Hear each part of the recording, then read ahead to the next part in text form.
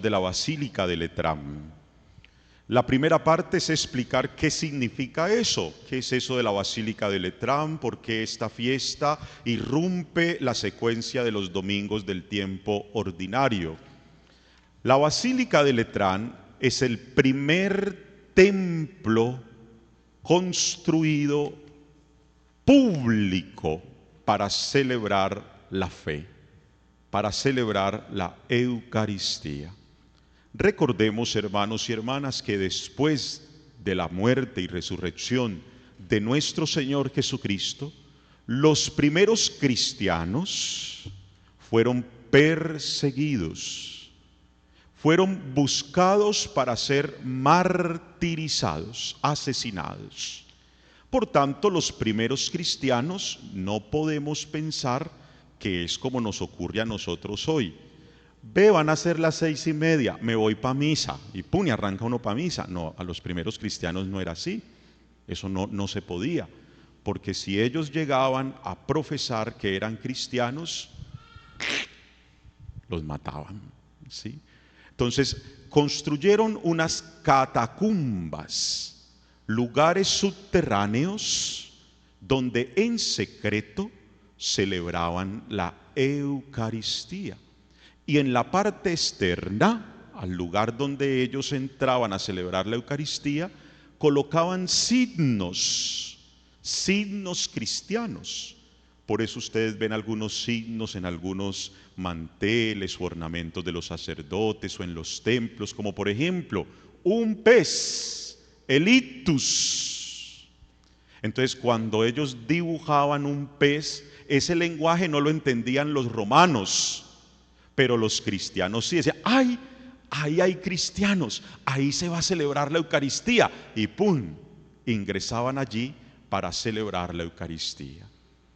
Eso es así hasta el siglo IV. 4 siglos de esa manera. Los cristianos viviendo su fe con mayor compromiso, con mayor fortaleza, con mayor entrega, con mayor perseverancia. Lo que pasa es que uno no sabe lo que tiene hasta que lo pierde. Nosotros, como tenemos templos por toda parte, nosotros como podemos entrar como Pedro por su casa y volver a salir, pues nosotros no le damos ese valor de pronto a los templos. Hasta el siglo IV el emperador Constantino decreta que el cristianismo es la iglesia o es la religión oficial en todo el imperio. Y cuando él decreta esto, manda construir un primer templo que luego se convierte en basílica y se llama la Basílica de Letrán. ¿Sí? ¿Dónde queda? En Roma. Y actualmente es la sede del Papa. Todo el mundo piensa que la sede del Papa es el Vaticano, la Basílica de San Pedro. No, la sede del Papa es la Basílica de Letrán. Son 4 basílicas mayores que quedan ubicadas en Roma: la Basílica de San Juan de Letrán, la Basílica de San Pedro en el Vaticano, la Basílica de San Pablo Extramuros y la Basílica de Santa María la Mayor. Todas las demás basílicas que hay en el mundo son basílicas menores. Solo 4 basílicas mayores. ¿Qué significa la Basílica de Letrán para nosotros al ser el primer templo y la sede del sucesor de Pedro, el Papa? Significa que es la iglesia madre de todas las iglesias. La Basílica de Letrán es la iglesia madre de todas las iglesias que hay en el mundo.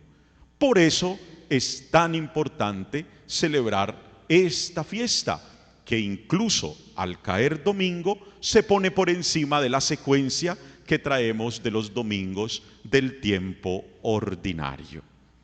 Eso a manera de chisme, ¿sí? Ahora vamos a lo que la palabra de Dios nos está enseñando a partir de esta celebración de esta basílica, la dedicación de la Basílica de Letrán, es decir, el día en que fue consagrada esta basílica. Hemos escuchado en la liturgia de la palabra de Dios una expresión fuerte de Jesucristo. Es más, creo que es de los momentos en que identificamos a un Jesucristo enojado, a un Jesucristo, existen otros términos que nosotros tenemos, bravo, ¿sí? A un Jesucristo que se dejó llevar por un momento, como que se le alborotó la bilis y explotó, ¿sí? Bueno, es el Jesucristo humano doliéndole lo divino. Expresa: no conviertan en un mercado la casa de mi Padre, haciendo referencia a lo que estaba ocurriendo en el templo de Jerusalén. El templo de Jerusalén. No conviertan en un mercado la casa de mi Padre. Esta expresión la encontramos en el Evangelio de San Juan. En otro evangelio vamos a encontrar esta otra expresión: ustedes han convertido en una cueva de ladrones, de bandidos, la casa de mi Padre. Aquí lo esencial, tanto en un texto del evangelio como en el otro, es que Jesucristo reconoce que todo templo es casa de Dios. Jesucristo reconoce que todo templo es casa de Dios. ¿Qué significa? Todo templo es donde habita Dios. Por tanto, todo templo es sagrado. No lo digo yo, no lo dice la iglesia, no lo dice el diccionario Larousse, lo dice Jesucristo. Hermanos, hermanas, yo me fui a ChatGPT a buscar qué quiere decir sagrado. Y ChatGPT define lo sagrado así: decir que algo es sagrado significa que se considera digno de un respeto especial, separado de lo común y relacionado con lo divino, lo espiritual o lo trascendente. Voy a echarle la bendición a ChatGPT. Muy bien, ChatGPT. Una buena. Miren, hermanos y hermanas, qué especial la definición que da ChatGPT: lugar digno de respeto, especial, separado de lo común. Me gusta eso, me gusta eso. Es decir, un templo no es un estadio, un templo no es un parque, un templo no es una discoteca, un templo no es un teatro. Hermanos y hermanas, un templo es algo separado de lo común y está relacionado con lo divino, lo espiritual y lo trascendente, y por tanto es digno de un respeto especial. Pero, hermanos y hermanas, no quiere decir esto que el templo esté limitado simplemente a la edificación o construcción con materiales para determinar que es aquí o allí donde exclusivamente habita Dios. Por eso es muy especial entender, a la luz de esta palabra, que no solo habita Dios en el templo material, sino especialmente de manera espiritual en nuestra propia vida. Y es donde nos remitimos ahí al Nuevo Testamento, tanto en la segunda lectura tomada de la carta del apóstol Pablo a los Corintios, como en el Evangelio de San Juan, para recordar la siguiente expresión, en primer lugar, del apóstol Pablo: ¿no saben ustedes que son templo de Dios y que el Espíritu de Dios habita en ustedes? Y en el Evangelio de San Juan dice el mismo Jesucristo: destruyan este templo y en 3 días lo levantaré. Pero él estaba haciendo referencia a su propio cuerpo. Hermanos y hermanas, si al igual que Jesucristo reconocemos que todo templo es sagrado, porque en todo templo habita Dios, preguntémonos a la luz de esta palabra de Dios hoy: ¿qué valor le estoy dando al templo donde me congrego? ¿Y qué valor le doy al templo que es mi propio cuerpo? Para reflexionar, hermanos y hermanas, referente al templo material, físico, para reflexionar. Templos profanados. Nos acaba de pasar aquí en la Arquidiócesis de Cali. El templo de la capilla de las hermanas de clausura carmelitas, hijas de nuestra patrona Santa Teresa de Ávila, que queda aquí a las afueras de la ciudad hacia Jamundí. El lunes pasado ingresaron los bandidos en horas de la madrugada, abrieron el sagrario forzado, sacaron las sagradas especies que para nosotros son la presencia misma de Jesucristo en su cuerpo, regaron todas las especies en el piso, se robaron el copón sagrado y se robaron otras cosas de la capilla. Profanado. Templos profanados. ¿Por qué? Porque no hay ninguna conciencia que lleve al respeto por lo sagrado. Pero también tenemos templos irrespetados. Templos irrespetados, hermanos y hermanas. Ustedes pueden creerme, aprovecho para contarles este otro chisme. Esta semana me tocó ir a comprar esas matas que están allá en el Milagroso, esas matas que están allá en la patrona Santa Teresa, esas matas que tienen las imágenes de Guadalupe y la coronilla de la Divina Misericordia, artificiales. No me pueden gustar las flores artificiales, porque Dios nos ha dado todo natural con tanta belleza. Qué triste que Dios nos dé lo natural y nosotros a Él le salgamos con lo artificial. Pero tocó comprar eso porque están cogiendo el templo. Como es un templo que está abierto todo el día, todos los días, cogiendo el templo. La tierra del templo, que porque la bruja les dijo que ahí era donde tenían que hacer el entierro, que de esa tierra era que tenían que sacar para hacer de sus cosas que le está indicando la bruja. Ríanse, ríanse. Ríanse de algo tan triste, ríanse de algo tan vergonzoso, hermanos y hermanas. ¿A dónde llegamos?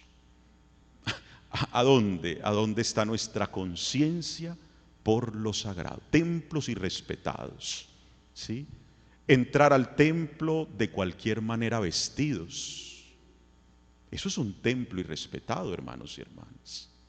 Eso es un templo irrespetado. Yo escuché a mucha gente que iba para el concierto de Shakira que compró Extreme para ir al concierto de Shakira, ¿sí? Y nosotros usamos para ir a las fiestas. Nosotros no vamos en bermudas a las fiestas, hermanos y hermanas. Nosotros no vamos en la camiseta jeteada. Nosotros no vamos con eso a cualquier lugar, hermanos y hermanas. ¿Por qué el templo sí? ¿Por qué? Porque al templo no se puede venir de la manera más decorosa, respetable y digna si es el lugar donde habita Dios. ¿Por qué? ¿Porque es domingo?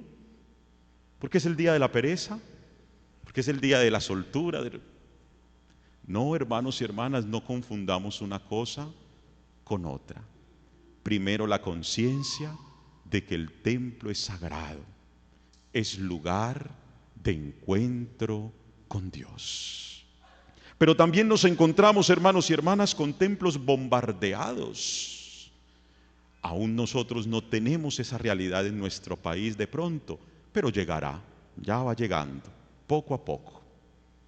Si vemos Medio Oriente, si miramos en África, en Asia, ¿sí?, donde los cristianos en estos momentos están siendo perseguidos, donde están siendo martirizados, asesinados, y los templos bombardeados. Y más con esta ideología hoy de desaparecer los templos, porque en los templos se presenta el obstáculo para poder imponer nuestras ideologías de hoy. Pero también, hermanos y hermanas, encontramos templos amenazados. Templos amenazados, templos donde no se pueden tocar las campanas, que porque no me dejan dormir. ¿Sí? Templos que no se puede celebrar a tales horas porque nos irrumpe nuestro descanso. Templo donde no se puede cantar, ¿sí?, porque eso me perturba. Eso atenta contra la libertad de cultos. Entonces, en últimas, cerremos los templos.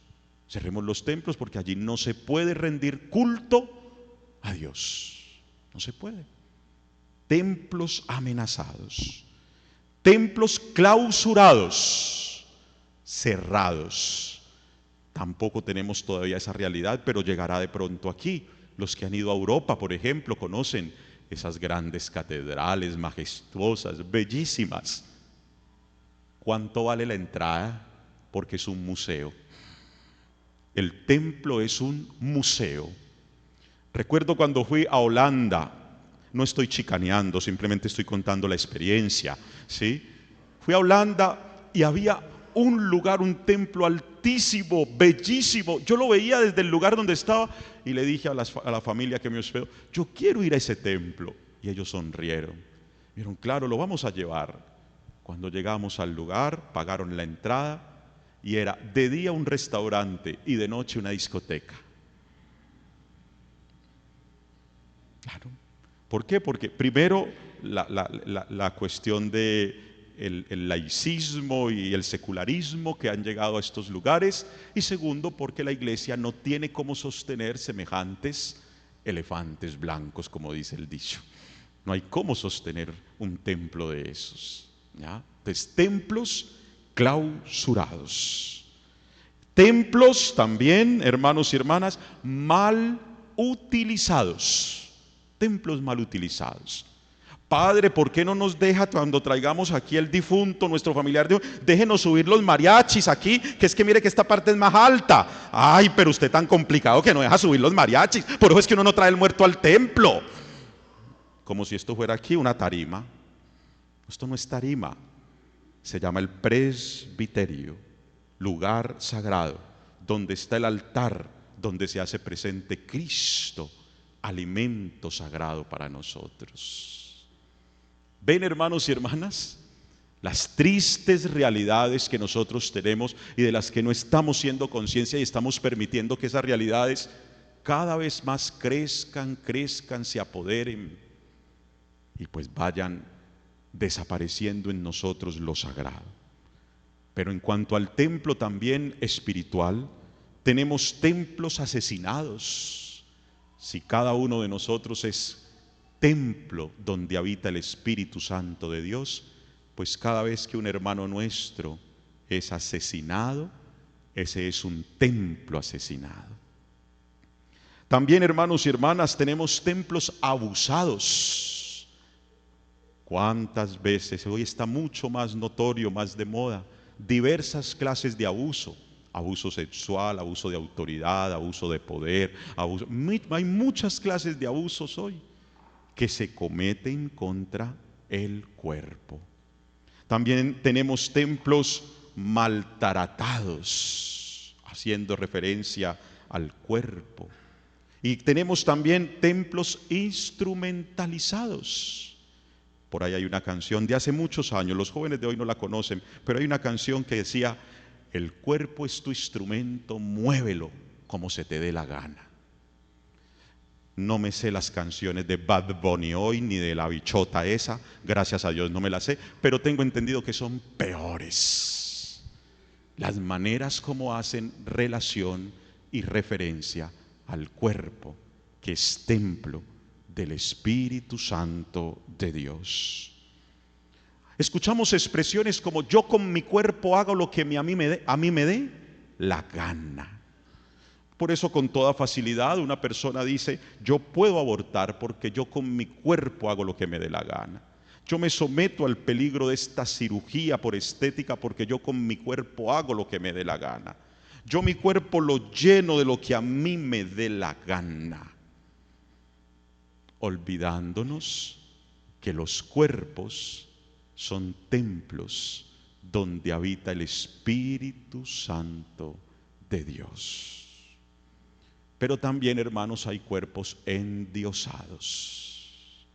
Culto al cuerpo. Es decir, si nosotros tuviéramos que hacer una categorización de los cuerpos endiosados hoy, tendríamos que decir que entre más corpulento, más basílica. Entre menos corpulento es una catedral. Menos corpulento es una parroquia. Y por ahí los que no vamos al gimnasio, pues somos capillitas. ¿Ya? Pero todo, detrás de todo esto, un culto al cuerpo, por el endiosamiento de los cuerpos. Hermanos y hermanas, todo lo que yo acabo de nombrar se llama profanación. Profanación del templo. Profanar quiere decir alterar. Alterar quiere decir cambiar de curso lo que es natural, el propósito de Dios. Eso es lo que ocurre con Jesús cuando llega al templo y encuentra que lo han convertido en cueva de ladrones o en mercado público. Y recuerda Jesús: la casa de mi Padre me devora. Es decir, por la casa de mi Padre yo hago lo que sea. Por defender la casa de mi Padre yo hago lo que sea. Hermanos y hermanas, tanto las personas como las edificaciones destinadas al culto divino somos sagrados para Jesucristo y debemos respetar y cuidar con valor sagrado como nos ve Jesucristo.